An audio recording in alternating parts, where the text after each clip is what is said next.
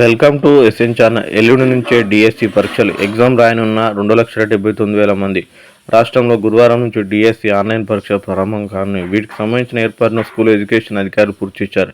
ప్రతిరోజు పూటకు 13,000 మంది పైగా పరీక్షలు రాసే చర్యలు తీసుకుంటున్నారు. ఇప్పటి వరకు హాల్ టికెట్ డౌన్లోడ్ ప్రక్రియ మొదలు కాగా సోమవారం మధ్యాహ్నం వరకు 2,20,000 మంది హాల్ టికెట్లు డౌన్లోడ్ చేసుకున్నారు.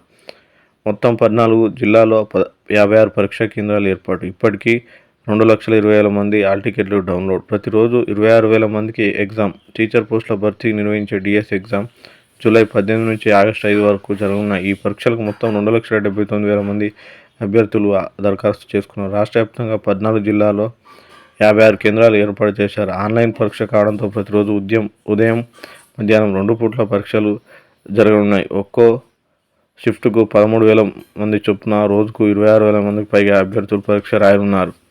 ఒక జిల్లా వారికి ఒక రోజు. డిఎస్సి పరీక్ష నిర్వహణలో ఎలాంటి సమస్యలు రాకుండా అధికారులు అన్ని జాగ్రత్తలు తీసుకుంటున్నారు.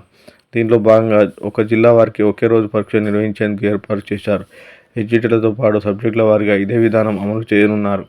ఒక జిల్లాలో ఎక్కువ మంది అభ్యర్థులుంటే పక్క జిల్లా వారికి సెంటర్లు కేటాయించనున్నారు.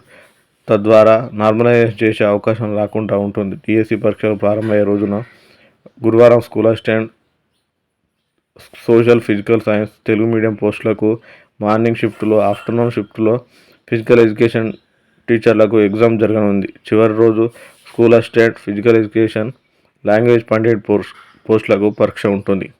మరిన్ని అప్డేట్ కోసం ఎస్ఎన్ ఛానల్ సబ్స్క్రైబ్ చేయండి. Thank you.